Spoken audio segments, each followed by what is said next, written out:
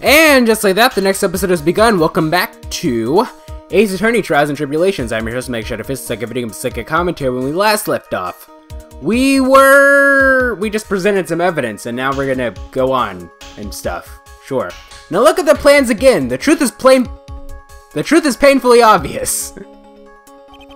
From the entrance, the field of vision of any customer walking in ends here. So, from the entrance of the Tribune, you couldn't have seen the victim's seat. But you did see the victim that day, because you met with him. Wrong. Have you forgotten the old man's testimony yesterday? The victim was alone at his table. But the defense just proved that point to be moot. The victim, witnessed by Mr. Kudo, was not Glen Oak, but a fake. What? In order to have Mr. Kudo falsely testify, the real killer poses the victim and he had just killed and acted out a charade. That will do! This trial has gone on long enough without the obvious questions being answered. Who exactly was this real killer who impersonated the victim? You say the killer murdered Glen Elg, and then impersonated his victim in a performance of Victor Kudo. In that case, Mr. Wright, reveal the identity of this criminal to the court. Okay. Oh, here's another example of the game giving a freebie by showing Video Tiga's picture before we need to present him. Obviously. The killer is Video Tigre. No one else could have done it. What? Well, witness? Now that's cute. You think you can pin that on the taiga? Maybe you don't understand. The taiga is kind of the jungle. So I dare you to say it again. Come on, you got the guts? You can't threaten me, Mr. Tigre. It's the defense. Go ahead and tell the witness, Mr. Wright. What? Mr. Wright! Sounds to me like it must be your old man. Must be you, old man. You's got guts, I'll give you that. Mr. Wright! Do not leave me to handle this alone. Perhaps I can end this embarrassment. Mr. Godot! Let's just go back over Mr. Kudo's testimony one more time. The old man didn't just see the victim. Oh, no, no, no. The servant girl brought him a Java Cheeto, but she put something in it. There's no question about it. She's very conspicuously put some white powder in there. Was the victim he saw the real victim or not? That doesn't matter. The fact remains, he saw the accused put the poison to the coffee. Yes, it was the waitress who poisoned the coffee. You're very impressive, Mr. Godot. Waiting for my absence to launch your attack. Ha! Found your pen at last, right? It was my pocket. Shut up. But anyway, Mr. Kudo witnessed two people that day. He saw the victim, the supposed Mr. Glen Elg, and the waitress from behind. Yes, your point, Mr. Wright? I think the conclusion is obvious. If this Glen Elg was really the killer in disguise, then surely it's possible the waitress is also part of the show. What? What? You mean the waitress was an imposter as well? The defendant, Miss Bird, fell unconscious immediately after the incident. And someone used her fainting to hatch an elaborate plan to pin the murder on her. Who on earth was it? Who was this waitress that Mr. Kudo witnessed? Okay, this is something that everyone guessed. Like, not just me, but everyone in the comment section guessed this like 8,000 years ago. Viola Cadaverini. Ooh, who is this woman? Her name is Viola Cadaverini. She's an employee of Tenderlinder. You's making a big mistake. Do you know who Violetta's grandfather is? You better be going home in an armored truck tonight if you know what I mean. Stop shaking, Nick. Where was I? Yes, the defendant, Miss Bird, has stated the following. Well, when I took the cover of the victim's table, it's true there was another customer in the restaurant. She was sort of creepy, and she had a kind of cackling laugh.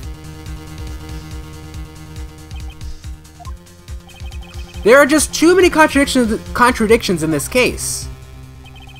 The second man at the victim's table who nobody but Miss Bird seems to have seen.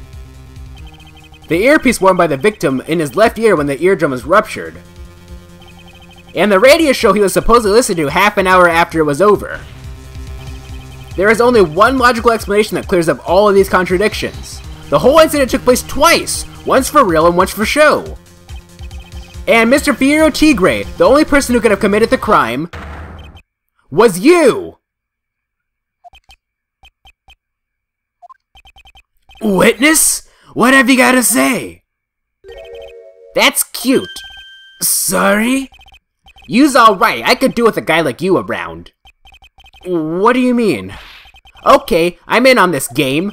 I'm gonna have to charter a jet to get me to my meeting now, but I'm gonna give yous one more thing to think about before I go. Something to think about? Yous got it all wrapped up nice, huh, right? But you've missed out one real important thing. But that can't be! I was in the joint that day, and I met that kid too. But I couldn't have poisoned him, yous hear? What? Do you really expect us to believe what you know? Believe you now, Mr. Tigre? Huh. What a troublemaker. Troublemaker? Looks like we're going to need another one for the road.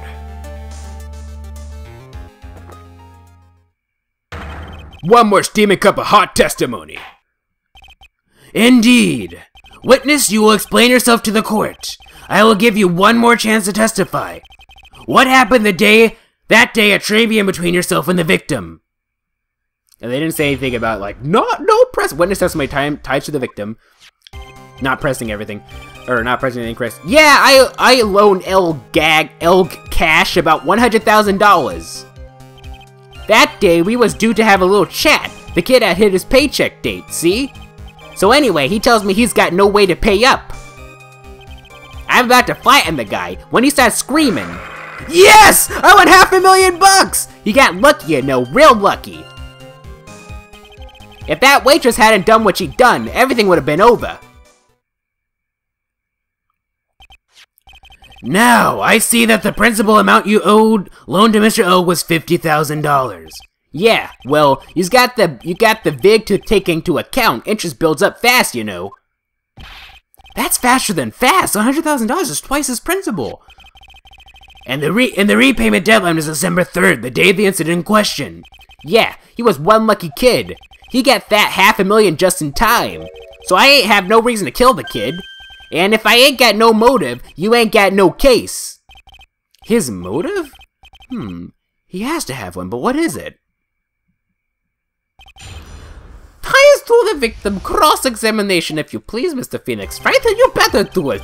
I swear if you fell to this golden character, I will whip you so hard. Needless to say, your punishment, that's what I'm looking for. Your punishment will come back later. You have to forgive me, I come from Germany, I don't speak English very well. Yeah, I loan El Cash about $100,000. Did he have any way of paying the loan back? The fool was a gambler. He said he couldn't give it up till he landed a big win, so I agreed to help him. Help him? You? I kept hitting him with ideas for ways he could get a big win, but the guy kept losing. So you were helping him for his sake, or yours? Win through compromise. Yous help me, I help yous. What's the difference, huh? I don't believe this. Nick, would anyone really ever loan money to someone they thought was unreliable? Like, for example, if it were you, I'd only loan you $5 max. Thanks a lot, Maya. That day, we was due to have a little chat. The kid had hit his paycheck date, see? So how much were you expecting him to pay you back on that day? What do you think? The whole package, $100,000 including interest. That's a real heavyweight punch. Once a client misses a repayment, you'll call the whole loan in.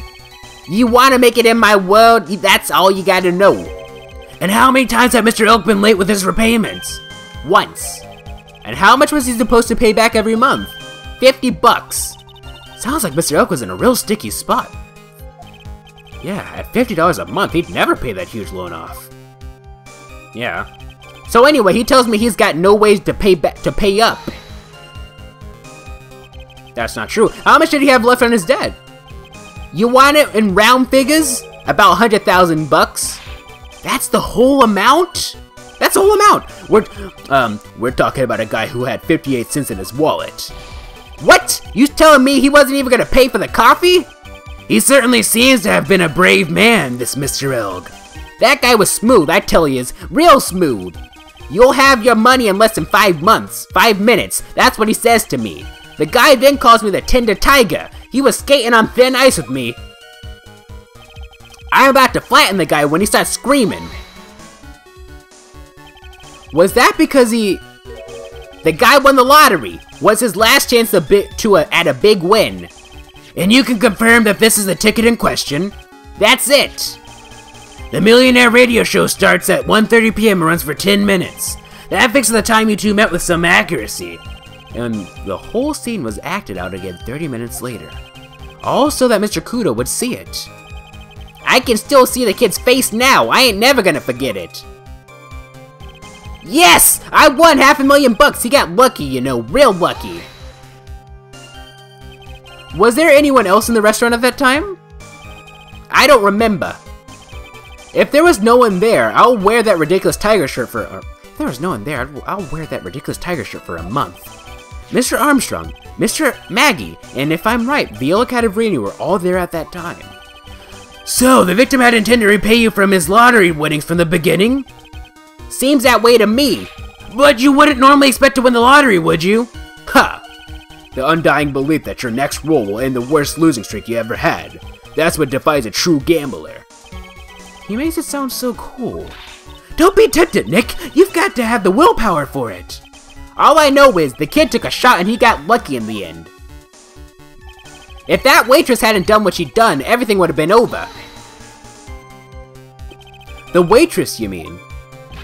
The girl with the glasses in the finish chair. Who else could I mean? If she hadn't gotten in the way, things would have been bada bing, bada boom. Oh my god. Bada bing, bada boom, over and done with. Maybe I should push a little on this. Ask about what Maggie did. Ask how things would have done. That's about what Maggie did. What exactly are you implying the defendant did?